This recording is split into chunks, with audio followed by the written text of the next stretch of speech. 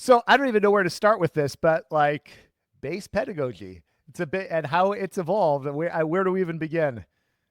Well, could we talk about the book, the kind of textbook, which is all of the string pedagogy and like Yeah. how that project started? Because I don't know, I think it might be a natural jump Yep. now.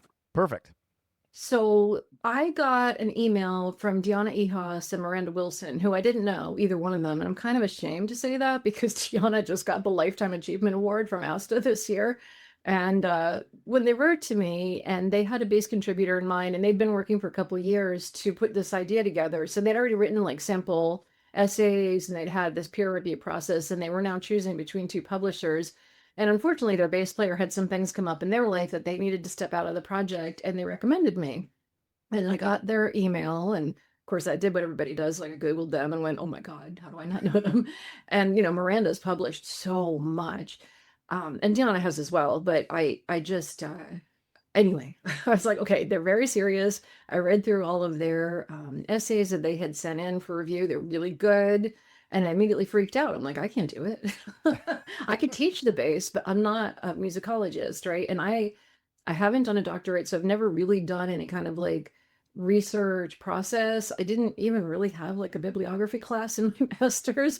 For some reason, the guys teaching it decided to make it about performance anxiety, which honestly was a lot more applicable for a room full of majors who were performing. Um, so I was real cautious when I approached them, and I'm like, I think I would love it. I have no idea what my writing's going to look like next to you guys, and I don't even know where to begin.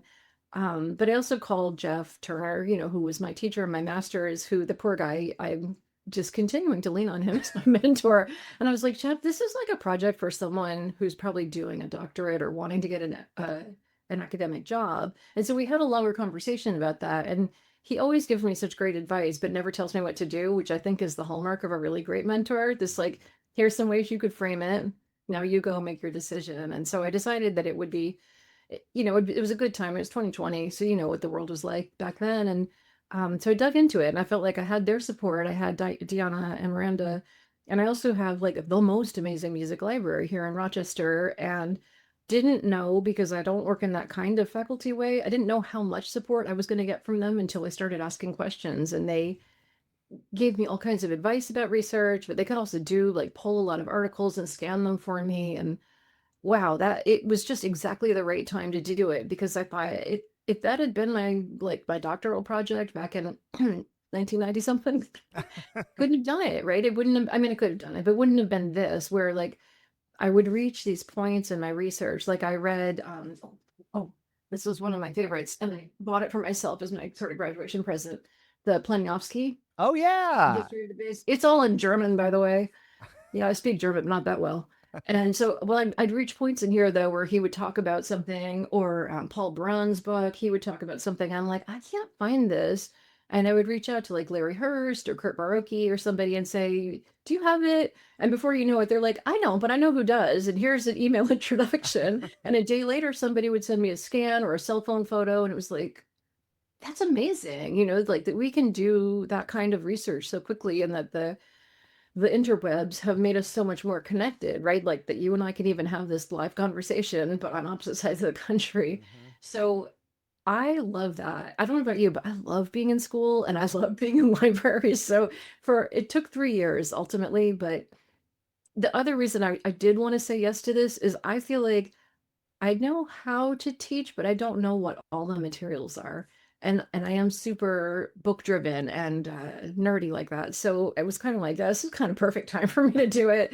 Life has kind of slowed down while we figure out what's going on with the pandemic. And I really didn't know anything about like pre-Samandal. Ooh, what did we do? I don't even know how far back the base even went. So I was definitely coming at it like a real naive but curious. I don't know, do you feel that way, like when you're teaching, like you kind of have your go-tos, but like where does that all come from? Maybe you do have that background. No, not at all. Yeah, and like there's Samandal, and there's like the before Samandal. BS might not be the abbreviation we want to use, but yeah, it's this. And then you look at these. I did a video.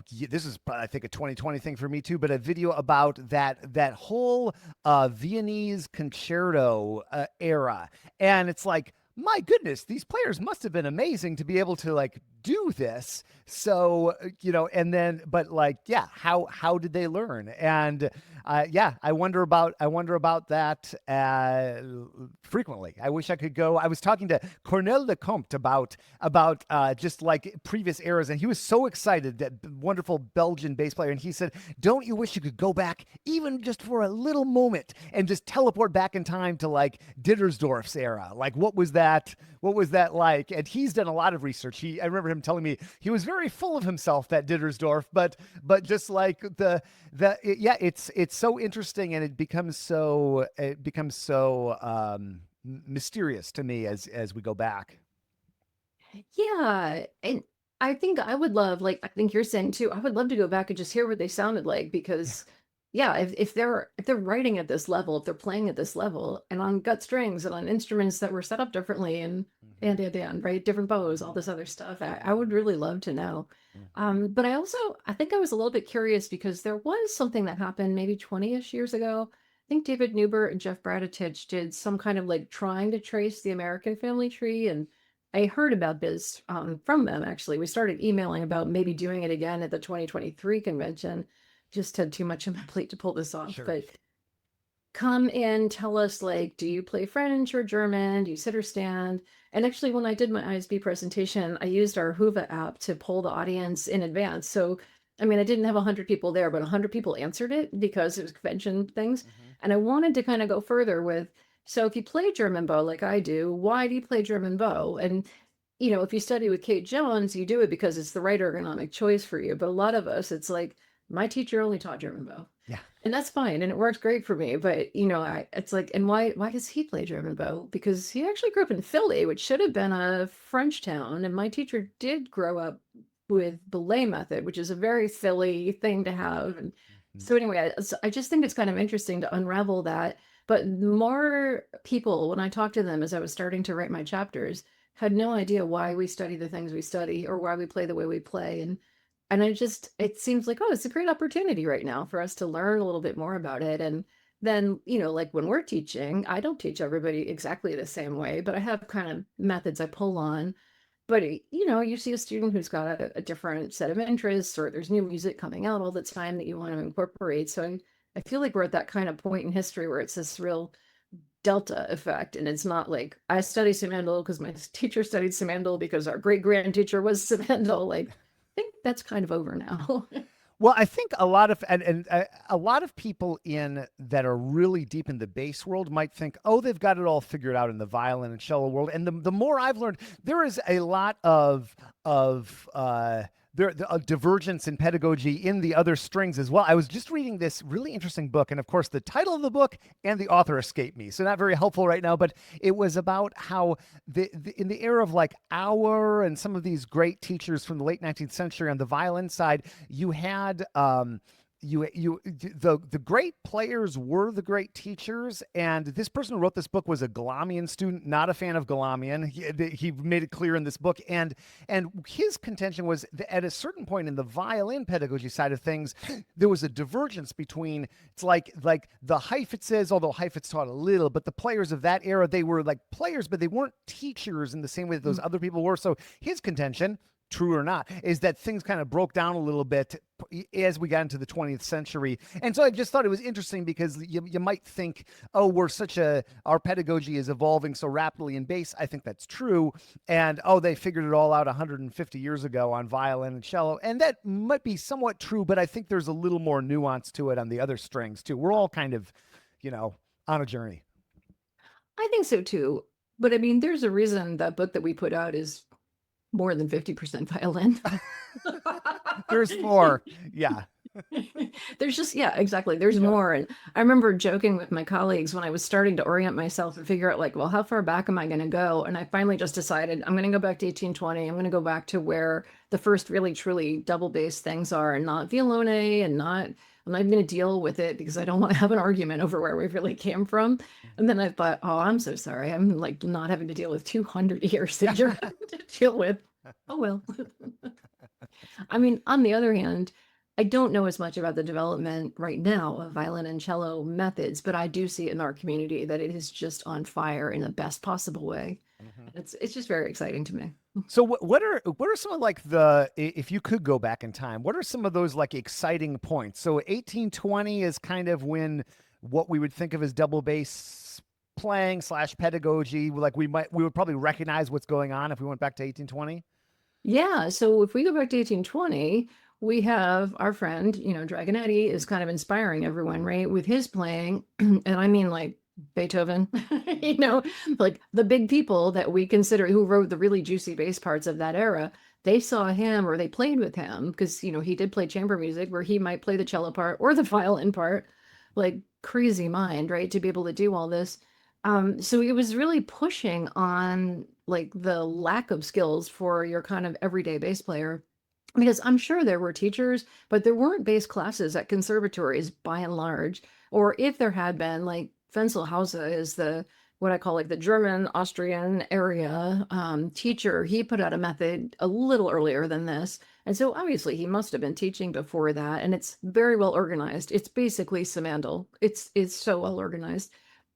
But by and large, we're coming out of a period, a long period, where the bass was just like not really something you aspired to. And there's I have all these comments. Actually, I pulled my thing up. Let me see if I can just find some of these and maybe I can share this with you.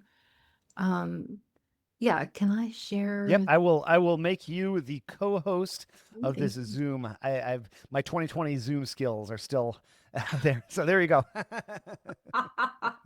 your 2020 Zoom Yeah. skills. Okay. So this is just from my from the presentation. So this is going way back, right? This is a quants, the people it it may be that those who are assigned to the instrument do not have the talent to distinguish themselves upon other instruments that require both facility and taste. And I talked about this with Heather Miller Larton, because she is such a great historically informed player. She knows so much of the history. And I was like, is this a joke? She says, no. If there was no bassoon part, they would just send them back to bass. Or like, if somebody was not playing, just put them on the bass. I'm like, horrible. But then there's this other part. Like if we look at this is the first Italian method, not even written by a bass player. So like let's just make it take a little longer for us to get to it. But he was a theorist. He had ideas. They were not bad ideas. But his preface, I had to translate this part because it was great. Like, here's what the problem is with the bass. Like, it's large, it's a hassle. People who crave success would seek a less inconvenient instrument. That should be Uh, a t-shirt. That's a good one. yeah, right? I know. Actually, this one too. You do not get the praise or applause. You're just part of the crowd. I was like, that's like every electric bass player, right? Where you're like, the chicks are not here for you. And my favorite one is the carelessness of music directors and teachers placing their less skilled pupils on this instrument. Is it any wonder the pace lacks a method? Oh, that's amazing. And I shared this, Jason, during my during my presentation. I'm like, let's get into it. So that's our unfortunate pedagogical history, like right in a nutshell, is we didn't really have a method because of what was happening. People just get slapped onto the bass and the parts, were maybe not that hard. And you should have Heather do a talk on this on simplification, right? That's what people were doing. So the part's there, the Mozart symphony part is there, but they're not playing that. And Berlioz talks about that in his orchestration too, like simplifiers, and they don't all do it the same. So it's like a mess coming out of the bass section. So it was pretty easy to like say, okay, 1820 is where I'm going to start. It's right around there ish. Paris Conservatory starts a bass class. They start one in Italy. It's probably been going on a little longer in Germany and Austria, but not a whole lot longer. So it's pretty easy to define that as like, this is where we're going to look. And then I just started reading through the historic ones, and there's just a lot of information on the page. So it's not a method so much as it is like, here's everything you need to know. And I think, as a teacher, and I'm sure a lot of people who follow like, I can't just hand somebody, here's everything about the bass. Like, I would quit. That's Yeah. just too much.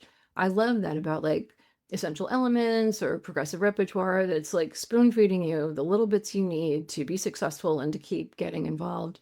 But they weren't really thinking about, I think, the book as this is how you learn it.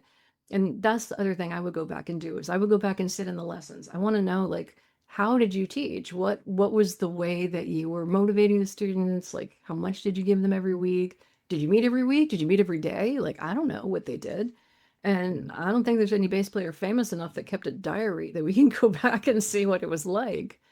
So, anyway, that's why I started back in 1820, and the first 100 years. I made that video available now on YouTube. It's on my channel now that I did back in the 2021 convention that was online.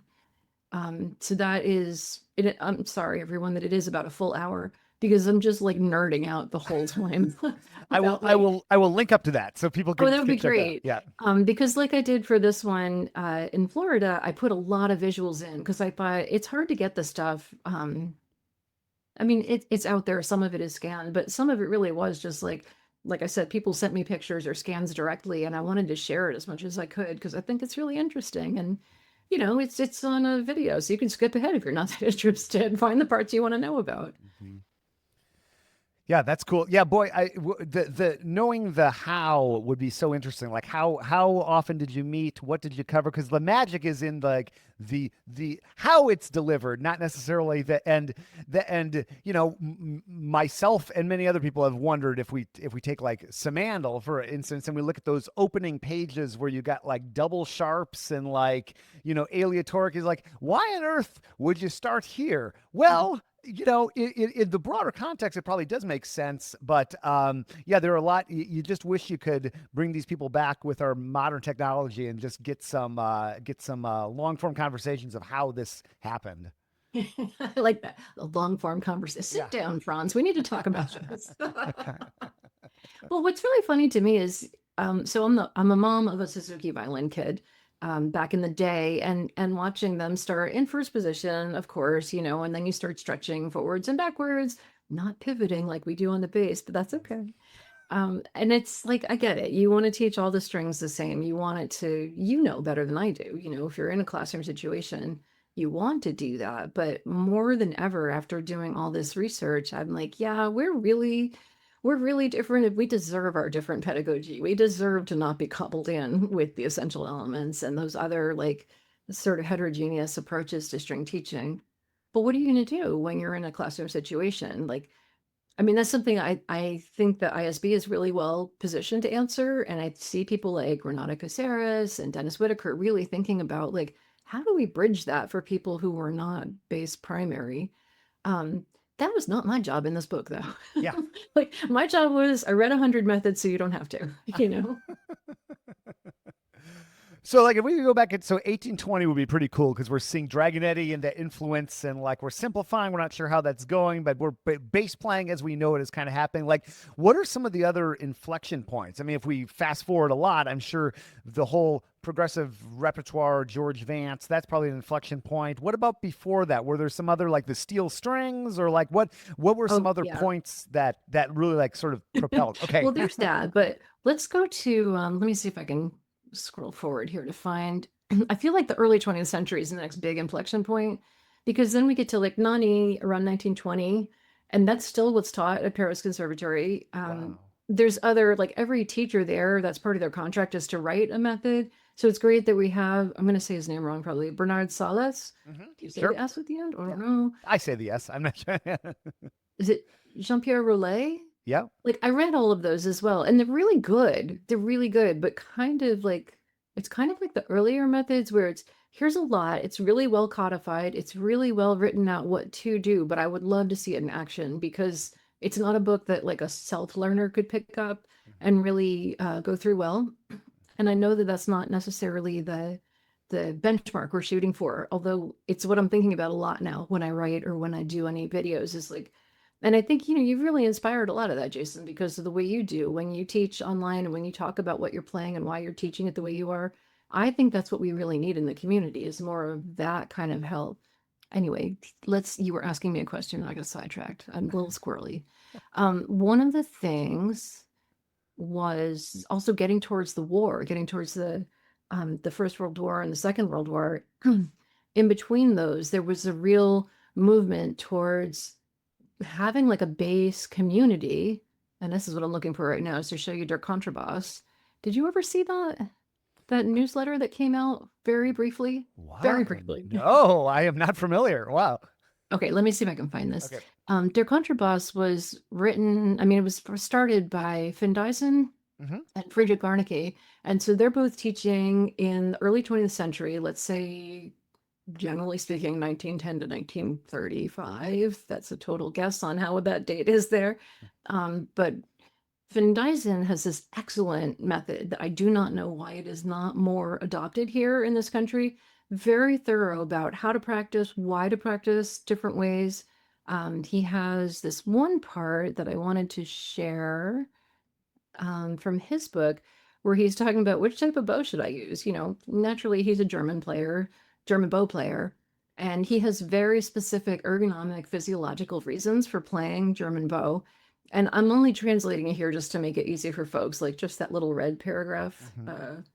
here is what I translated, but it's just really talking about, like, you know, the position of the arm versus having the bones crossed when you're holding a French bow. And obviously people can and do play how they want to, but he also goes through in his book, before you've even seen a single note, here's what you're going to do in your practice time. You're going to break it up this way. I recommend an hour for each of these buckets. You know, I mean, 4 hours is a lot for an amateur, but if you were studying conservatory, this would be a very reasonable way to break up your practice throughout the day.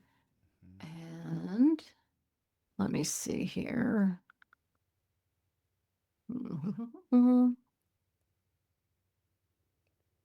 What am I missing here? No, that's all that. Right. And showing with photographs instead of drawings, which is great. Now we're like really seeing a person's hand. And we can all have a little laugh about the French bow thing, but okay. At least he was showing it. But this, so Frederick Warnke was really interesting as well, to me, because he has a really wonderful method as well, very clear, well thought out. He's also the author of Ad Infinitum, which is on IMSLP, which traces the history of bass players, bass schools. Again, it's all in German. Sorry, everyone. I think someone's doing a translation of it, but it's freely available. It's not that difficult. The German's not that difficult to figure out or to throw through a translation. But the thing with him is he had some kind of disability. I don't know if he had a stroke or what happened, but he lost the majority of the use of one of his arms. And so he kept teaching, but he really dug into the history. And by the time I reached him in my research, I felt so seen. Like, yeah, okay, so as you know, I have a disability now that I don't hear naturally anymore, and I have pitch distortion. So like clearly my performance career is over, but I feel so useful this way that I can share this with our community. Oh, wow. So anyway, what I was meaning to tell you though was their contrabass. The two of them were like, what if we got the community together? And they basically did it by newsletters. So they mailed it out to people. And at some point, they published the list of members that they had. And there were a few in the US as well, but it's primarily like France, Germany, Austria. And they had articles like, why should you play French bow? Why should you play German bow? Or, you know, how do we handle vibrato? Or, and the last issue that came out before it just, I think it was just not economically possible for them with everything happening, with the war ramping up. They had one that was, what if we had a commission fund? What if we all, you know, in addition to paying our dues, paid a certain amount of money, and then as these pieces that we're supporting, we would all get them, we would all play them. And I thought, that's really cool. I wish that had kept going, but I love the idea, like that this idea of sharing together was already there. And if somebody else wants to translate this besides me, I did a rough translate with Google Translate. Back and forth over the 5 issues is like French was great because of this, German was great because of that. Then by issue 3, like the first person who's French but was like, I don't know, Mr. Van Dyson, I disagree with you, and here's why. Da da da. Issue 4, well, Mr. French bow player, I disagree with you, and here's why. I'm like, okay, let's go. It's on. Comments. It's the comments from 100 years ago. That's hilarious. Exactly. It just took a lot longer for them to come out. There's no Yeah. instant anonymous online. Wow. So I do feel like that's kind of a big moment. I feel in the 20s, let's say, there's kind of this big moment, and we have Belay comes out, then gets adopted immediately at Curtis, and so that's, I don't know exactly why. It's just maybe it's a generational thing, and that's where I feel like I'm not a musicologist. I don't know historically why there's that point. And then I see another big push forward in the late 60s. The sheer number of books that came out in 1966 is mind-boggling. Isn't that around when Gary Carr did the young persons with Bernstein? Wasn't that in the 60s? I'm trying to remember. Maybe there's no correlation, but I always think of like Gary Carr being presented to the world, however millions of people watched that. Maybe that didn't directly inspire pedagogy, but that certainly was a one of our inflection points as bass players. It definitely was. You know what? It could be, and I hope somebody watching this who does musicological research could tie it together, because 66 is when Fred Zimmerman's Contemporary Concept came out. Eugene Krefft's book up in England came out, The Eugene Krefft Method of Double Bass Playing, which is a little loopy, but lots of great photography. And it's very clear, even if I completely disagree with his pedagogical ideas, like rubber banding these fingers together and putting a matchbox between these two, because, oh, and also suspending this finger from the scroll so that it's pulled back artificially. Like, that looks a little torturous, but you do you, if that's working for you. Wow. But there were a lot of things that came out in the 60s, and I feel like it's accelerated so much because then you get to the 80s, 90s. Now you have Caroline Emery, right? And you have the Elliott, and a lot more focus on how children learn. And but it's funny to me that we've kind of stuck with Simandl and ballet in the US. It's kind of very funny to me that we've stuck with this too. I'm really floored that Findeisen is so well thought out. The exercises are great. The training is great. It's about 5 books long, I think. It's really great. I really don't understand why we're not using it here. Is it just a my teacher did this, so I do this kind of thing? Because like I also don't know why. Like I don't even know if I mean I started with Samandal because that's what my teacher did, and that's probably what his teacher did. And when I started students, I would start them on Samandal too, and I'd take them through the double sharps and all that, and they'd hate their lesson, and I probably wasn't teaching it well. And then I discovered progressive repertoire, and I realized, oh wow, my students quit less when I focus on melody rather than double sharp. And part of that was my evolution as a teacher, but I always kind of went back. And then I remember my bass teacher at Northwestern, Michael Ovnanian, one of the longtime Chicago Symphony players, the Jean-Marc Roulet, I forget how to pronounce his name, but he was into that method. He was into the Stryker, had put out this series of books. They reminded me kind of like Samandal, but with more expressive elements baked in and like dynamics and stuff. And there's a lot of good material, but it is interesting how ballet and Samandal have persisted. Right? Yeah. You know what? I am going to steal your screen one more time because let's talk about Stryker for a second. I think it's really interesting with Stryker and this thing about how to stand with the instrument. I'm like, that only works if, ergonomically, the bass, your foot. I know he's a beautiful player. I've listened to recordings. I worry, about some of the ergonomics of this, but I still think it's really cool that all of this was so clearly laid out in his book, and that we have all of this that he taught into the 21st century. So we've got a whole legacy of students that can teach it. And there's something else that came up later that I wanted to share, which is I talked a little bit about representation towards the end, and his new cover is this. Oh, It's a wow. really lovely, subtle, nod to representation. Mm-hmm. Mm-hmm. But yeah, Wow.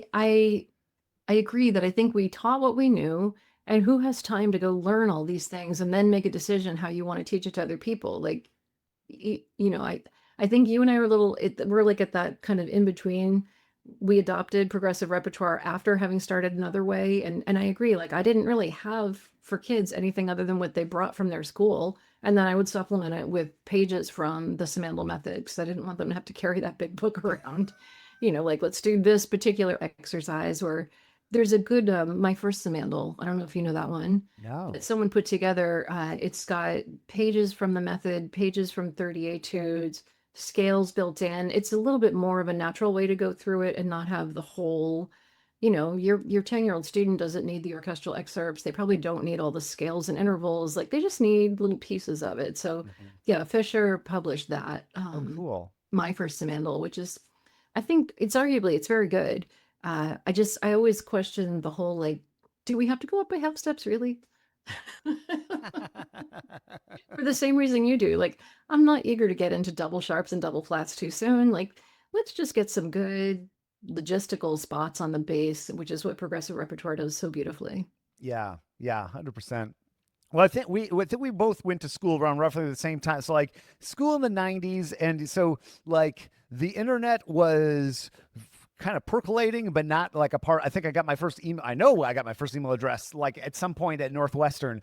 Um, and so I'm sure, and it's so interesting now. I'm sure you've had this experience, but to meet people who they've been like raised on YouTube, and they and these some of these they can rattle off their 10 favorite bass recordings on YouTube, and like it's just so it's almost hard to comprehend how much that has blown the doors off of learning for people all over the world to be able to, name your player, from like these vintage Ray Brown pedagogy things to like Xavier Foley doing his thing and live streaming and answering questions. I mean, so there, but I think even before the internet really became a giant part of our lives, I feel like this quote unquote bass revolution or whatever this last 20, 30 years had kicked off. And I got to attribute a lot of that to, I guess, George Vance, but probably a lot of things were happening. So we've got these like 1820s,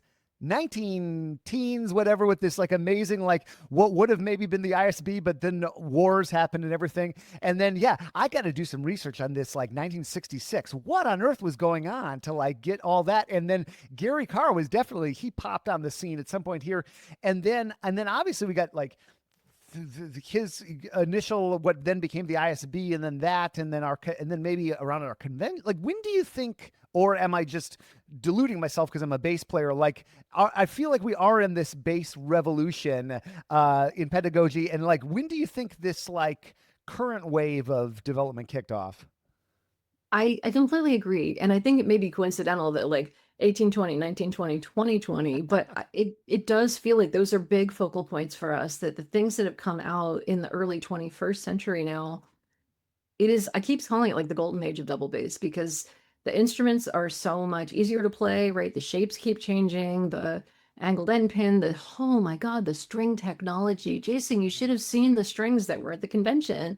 I was like, I did like lower tension strings, all these different spectrums of sound that I wish I could really hear, but whatever. Just all of that. I had this great conversation with a luthier that wound up turning this corner to talking about Scott LaFaro and his insistence on lower action, faster speaking strings. And in this person's mind, that actually shifted a lot of the pedagogy the luthery at that point. And I thought, wow, what would it have been if it had taken longer? Because I found it pretty difficult to play the bass in the 80s when I was just in middle school and high school. And then, yeah, getting onto better and better instruments with better and better adjustments for the instrument, and even just watching Barry Colstein's shop and like the thought he's put into how he responds to what players need, because that was Scott LaFaro's luthier, right? And so how are they working together? I'm going like, sorry, I'm way squirrel off tangent here, but I do think that between the instruments, the bows, the supplies we have, oh my gosh, the rosins all of a sudden, like so much has changed. And I just think it's a truly incredible time. And for better or worse, I think for better, some of the things that came out of the pandemic were like David Hayes started writing so much music for, you could say, beginners, but I think his pieces are so interesting. It doesn't matter if you're a beginner. And I love that like there's this new appreciation for writing things that are maybe simpler, but still exploit, the sounds of the instrument. They're enjoyable to play, they're shorter form. And then watching Andres, right? Oh my God, his second concerto was so good. I'm sorry, I'm fangirling all over right now, but it was so good. That part of the show was just incredible. And just seeing that, seeing there doesn't need to be a divide between players and teachers, like what you were talking about, how there was that violin divide of, you got your players, you got your teachers. There doesn't need to be that divide, but there can be. Like, I'm over here, I'm still teaching, not going to play anymore, but still teaching and happy about it. It is interesting that the luthier, and I think for our instrument in particular, the standardization, the fractional sizes, the steel strings, obviously, and then just advances in strings in general, more standard, like, you know, and still we're in this development period. You go into any public school, certainly here in San Francisco, you got these like terrible 1960s basses kicking around with the 2 inches off the fingerboard action, and you give that to a kid, and like that's a terrible experience. You know, they're like completely flat, even though they're putting the strings down because it requires like superhuman strength. So to just see that evolve, and the fact that we have people that are playing like they are in their early 20s, a lot of that is because now we've been able to start bass players younger on instruments that are well set up, and yeah, the whole maybe educationally oriented repertoire that like what David 100%, yeah, what David Hayes does, like, and has written, like things that are fun to play, that are playable by you're not just like all in first position, but it's like with pedagogy in mind, something that you can learn early on. Yeah, it's really remarkable, and I can't wait to hear Andres' new concerto, just to see on he's got on his website this map, I'm sure he still has it, of where all over the world his first concerto has been played. And it's like the entire world. I think, I don't think it's been played in Antarctica, but I think just about everywhere else. And to also just to see like internationally what's happening. I'm judging this composition competition for Natalie Linares's organization, FICI. I'm forgetting what the abbreviation stands for, but I'm going through these pieces with like South American influences and influences from Mexico, and it's just it's cool to see. And then also like the fact that we're able to have conversations like this with great video across the country. You know, I've been chatting with people in Brazil and Spain and different parts of the world that are starting up kind of like educational YouTube, you know, and just to see that spread has been exciting. So yeah, it seems like an exciting time to me, and I like that we both went through school. Like if you go back to, you put up those Samantha 30 Etudes videos, like kind of early YouTube, right? That was like 2012, 2013, maybe somewhere. That sounds right, yeah. Vaguely around there. So it's fun. So I just had this experience a couple of weeks ago. We had our Golden Gate Base Camp here, and we had a session about, I don't remember what the topic was, but it was a bunch of middle schoolers and me, and we quickly went to what it's like doing YouTube, and so I said, all right, let's go look at they're like, what was your first YouTube video? And I called up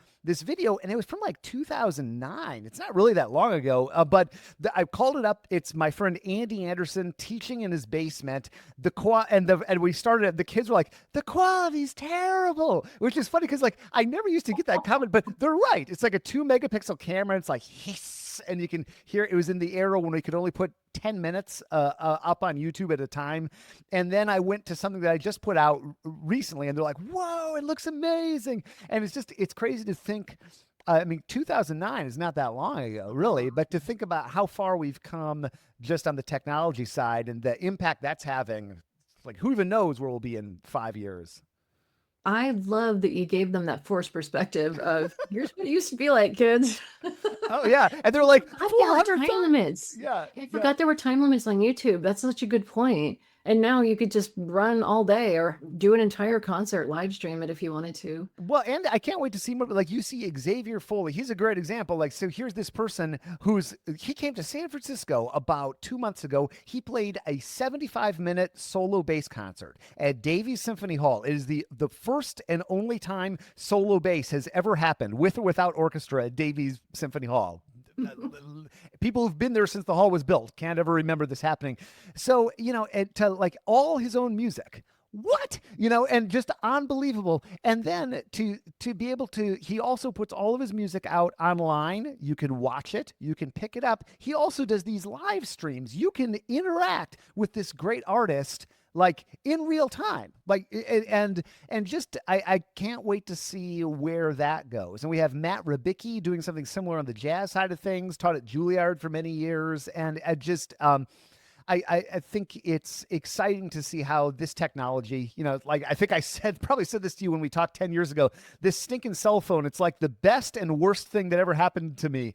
But the Mhm. positives are amazing, like being able to do this, for example. And I don't even know that I did video before 2020. And just to see what's even just in the last 5 years, what's happened and what's going to Oh, happen. that's so interesting. You're right. I mean, of course you're right. I think of the country-based conversations and my brain is just automatically like, oh, they're videos. I, No, they're you not. know, I never did any videos until the pandemic, and I had way too much time on my hands. And now every time I go somewhere, like a music conference where I might be recognized, people always say, "You're that YouTuber," and I'm like, "But that's such a tiny fraction of like what I've done publicly." And that's what, and so it's just funny how, yeah, how things evolve. It's yeah, and I think your point about Xavier is a really a good one. That's like it's a brand new way of interacting with artists. I'm going to steal your screen one more time to show you this slide from way back when. So Dragon Eddie moves up to London, right, and spends the later part of his life there. And you can see that like the AC White is really same everything. His bow tip is much worse than Dragon Eddie's in his picture. That bow is still in use until like 1920. I've got Wow. articles I was looking at where people were talking about that old Dragon Eddie bow and using fisticuffs and which is, using a clumped up hand in half position to play 1/4 for a half step, but also later on to play 1/4 for a whole step. So like it's a whole, kind of archaic way of playing. But I did think the fact that Dragon Eddie went to London and stayed there and influenced those players, whether he taught them or not, just being, sort of feel like Xavier is like that times a million because you can actually talk to him, you could see him, you could see the creative process. So it's funny, like, I'm really curious to know, like, what's going to be the effect of having Xavier and having access to people like Andres Martin. Very, very different from what you and I grew up with. And darn it, we're not old. Yeah. Exactly, It's exactly. Well, it makes things so possible to see, like even in a way that recording maybe doesn't. If you see Xavier or name your player, but I'm just thinking of him right now, do something that like it's like. Can you really do that on the bass? Well, he's obviously doing it on the bass, and it just kind of breaks down certain things that I think how many of us were scared to go into thumb position until I think progressive repertoire certainly open. Yeah, me too. Like I don't know how many years it was before I got up there, and then people who've been schooled in progressive repertoire or Suzuki has the contemporary Suzuki books too. That is much less of a scary zone. It's not a scary zone really for most people growing up these days. And yeah, but then to have that immediacy of video or a video of someone who looks like you or who's your age or closer to your age doing something, it's exciting times, Galen. it really is. It really is. You brought up something else though. Like, yeah, I was terrified of thumb position, and I remember even going to Eastman for my undergrad and feeling like I'll just kind of do the best I can, but I want to play in an orchestra anyway. I don't like not I don't need it, but like it shouldn't be where my focus is. And of course, we should learn the whole instrument. And of course, I'm a different person now because I teach progressive rep and all that. But the other key piece of it to me, Jason, is that I had a bass I didn't realize was really hampering me, like had really high shoulders to it. Then I got onto a bass that had a little bit more sloping shoulders, but I remember when I started my grad work, we were doing tons of like Roboth Book 3, tons of thumb position to the point where I was starting to injure my shoulder and back from the way I was playing. And I didn't quite put it together that that's what was causing my injury. Then I got onto an Italian bass. It was extremely small shoulders. And suddenly I was like, I love Bottesini. Mm-hmm. I just thought I didn't like thumb position or I didn't realize how much I was just physically in pain playing there. And I think that's something along with the fractional basses, like these new sizes, like the Q basses that have tiny shoulders, such a good idea. Or, Klaus Freudenstein's mini bass method, Mm-hmm. those little basses. Have you seen those guys? Yeah, yeah. Okay, because I have a photo. Um, they're so cute, and it makes so much sense, right? That they can just get their arms around it and play so much more comfortably. I wonder how many people really, when you talk about this old basses that are kicking around in schools, the strings are probably 20 years old, way off the fingerboard. Like, how many people do we lose from the potential voice they could give to the instrument and just the fun they could be having in their lives? because there's just a physical boundary of, I can't play this. Like I physically can't play this. Yeah, 100%. Probably will lose a lot. And that's the thing with an instrument that's kind of testing your physical limits, like the bass. I had actually, he went to Eastman for his undergrad. Eric Steffens is his name, former student of mine. And he's in Germany now playing professionally, but he was looking for his first like personal instrument, and he got a bass, and it was beautiful bass, and it was just a hair too big for him, not even much, just a hair too. And he, all of a sudden, he's like in high school at this point, and all of a sudden he was having this back pain. He'd never had back pain in his entire life, and he tried sitting, he tried standing, and it really was. You just need a bass that's like a half a centimeter narrower on either side. It wasn't even that. And so then he found a bass that worked great for him. No more back pain. But it's crazy how I noticed that I have this 7/8, well, somewhere there in the corner, jack stat. And when I'm in thumb position for a long time, it's like, wow, I have been working out in a very weird way. And then I go play a smaller bass up in thumb position. It's like, oh, this bass is too big to live in. I mean, I can play in thumb position, but it definitely, like, I feel it in my body. So it's, yeah, the ergonomics, but it's cool to see just how, yeah, the luthiers have been dialing that in, especially on the student-oriented bases. Yeah, they've been really responsive. And, when I got my Italian bass that Maggie Cox is now the owner of my beautiful Bella Rosa, I took it to my luthier and I was like, look, this size is a 39-inch string length, but it had actually a very long body, had beautiful sound. And I said, could we get like this size? And he's like, yeah, it's a 5/8 size, isn't it really? And I was really really honored. My luthier here in town is the American person who brings in the Shan instruments and who designs them, Paul Stralow, and he looked at a violin shape and a gamba shape, and a lot of it was based around this idea of like, dude, we really need something between half size and three-quarter size. And once that got dialed in, he tells me that's actually the best selling size he has in the US, which doesn't surprise me, right? Like, Yeah. sure, boys are going to wind up taller than me, but they're going to pass through this size. And a lot of girls, I'm 5'4", a lot of us are going to wind up at this size. It's kind of the average American woman height. It's just, I don't know. It's so gratifying that like there is something for everyone now. There really is, depending on what your wingspan is. And I don't know. I've been working with Michael Guide for the last month or so. We've been working on an article about teaching girls, which is mostly about how do you make the instrument accessible? Also, how do you have representation? And that's kind of a big piece to both of us is get them on the right size instrument. Just because somebody is 14 or 16 doesn't mean they should be playing a three-quarter size bass. Really, it matters like what's their size, what's their arm span, all of that.